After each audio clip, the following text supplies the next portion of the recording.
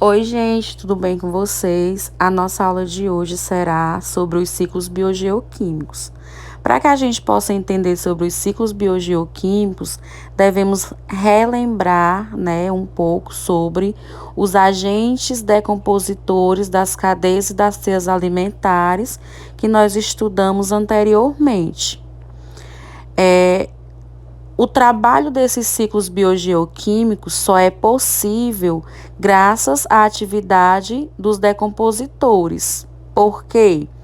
Porque os ciclos biogeoquímicos é a devolução dos elementos químicos que constituem os corpos dos seres vivos para o meio ambiente. E esses elementos químicos, ao serem devolvidos, eles vão ser reutilizados por outros seres vivos. Se nós analisarmos bem, a palavra biogeoquímicos, bio significa vida, geo significa terra e químicos são dos elementos químicos, Por isso que é o nome, são ciclos biogeoquímicos, ou seja, são elementos químicos que interagem com o meio ambiente e com os seres vivos. E é isso, gente. Agora eu vou deixar aqui para vocês 3 vídeos, um falando sobre o ciclo da água, que é o principal ciclo do planeta Terra. Deixar outro falando sobre a importância da água para as nossas vidas, para todos os seres vivos do planeta. Vou deixar também sobre o ciclo do carbono, outro sobre o ciclo do nitrogênio, para a gente finalizar o capítulo, e também uma atividadezinha lá no final do vídeo. Você sabe de onde vem a água e para onde ela vai? Para responder essas perguntas, é preciso conhecer o ciclo da água. Acompanhe com atenção as explicações a seguir e fique por dentro. Com a ajuda do calor do sol, a água evapora das superfícies dos rios, lagos, oceanos e também pela transpiração dos seres vivos.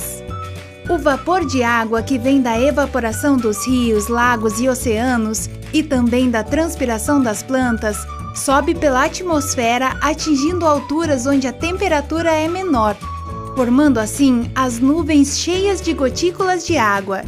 Esse processo é chamado de condensação. As correntes de ar movem as nuvens por todo o planeta. Quando essas nuvens ficam sobrecarregadas, ou seja, com muitas gotículas de água, acontecem as chuvas, ou seja, a precipitação. Em climas muito frios, a precipitação cai como neve e gelo, formando as geleiras. A neve pode derreter e escoar na superfície, chegando até os rios e oceanos.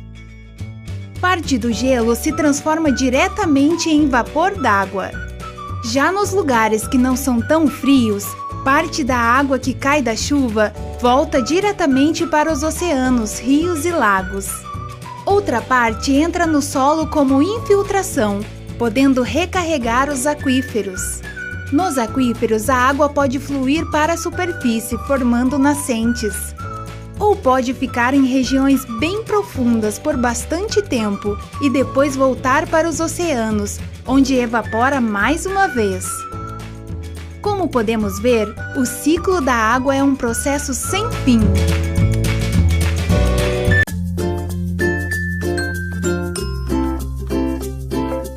A água participa de praticamente todos os ciclos da vida, e não é de hoje. Precisamos da água para cozinhar, produzir nossos alimentos e bebidas, para tomar banho, para beber, gerar energia, produzir roupas e muitas outras coisas. Mas para algumas pessoas, ela tem uma importância especial. Para a família da Jéssica, por exemplo, a água representa sustento, pois é com ela que seus pais podem plantar o feijão e a macaxeira que comem e vendem. Na casa do Antônio, a água é fundamental para a criação dos animais. Seu José, pescador, tira das águas do rio Coruripe sua fonte de renda. A água é fonte de vida, não importa quem somos, o que fazemos, onde vivemos, nós dependemos dela para viver.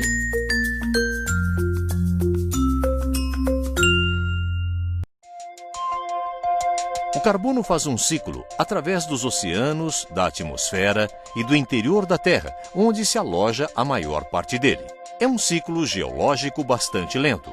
O gás carbônico que está na atmosfera, ao encontrar-se com a água, gera ácido carbônico, que reage com elementos da crosta terrestre, formando carbonatos. Os processos de erosão, como a chuva, levam estes carbonatos para o fundo do mar. Ao longo de milhares de anos, estes sedimentos se transformam em rochas. O ciclo continua quando essas rochas chegam ao manto da Terra e ficam sujeitas a grandes pressões e temperaturas, derretendo e liberando gás carbônico novamente através de atividades vulcânicas. O ciclo biológico do carbono é mais rápido que o geológico. As plantas absorvem o gás carbônico no processo de fotossíntese, produzindo oxigênio e hidratos de carbono.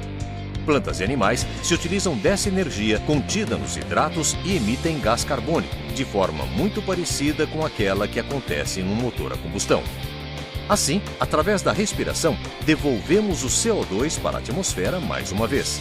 Através dos processos industriais, transportes e usinas energéticas, o homem passou a retirar o carbono da Terra cada vez mais e num ritmo superior ao lento ciclo geológico. As atividades humanas começaram a destruir aquele equilíbrio do ciclo. Hoje, a concentração de gás carbônico é a mais elevada dos últimos 650 mil anos, gerando um efeito estufa muito superior àquele benéfico ao ser humano.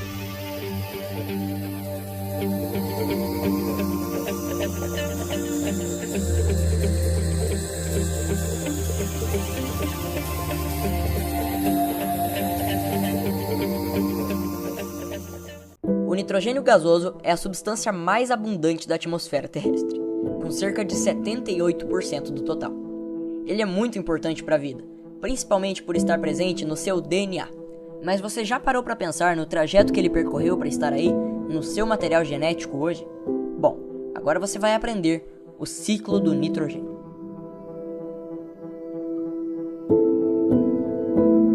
A princípio, o gás nitrogênio, N2, não pode ser consumido por plantas e animais, apenas por algumas bactérias, como é o caso dos rizóbios. Os rizóbios vivem nas raízes de plantas leguminosas e realizam a fixação de N2 para NH3, amônia, deixando um átomo de nitrogênio com a planta. A amônia utilizada pelos rizóbios é liberada no solo, onde outras bactérias realizam o processo de nitrificação, transformando a amônia em nitrito, e em seguida o nitrito em nitrato. O nitrato do solo pode ser consumido pelas raízes das plantas, num processo conhecido como assimilação. Estando na planta, o nitrogênio pode circular por toda a cadeia alimentar, abastecendo os seres vivos. Ao final do ciclo, o nitrato que não é absorvido pelas plantas é convertido novamente em gás nitrogênio para a atmosfera, também por ação de bactérias. Já aquele nitrogênio que fica com os seres humanos, plantas e animais é liberado para o solo em forma de amônia, por meio das nossas excreções e da nossa decomposição quando morremos. Tudo pronto para recomeçar esse ciclo.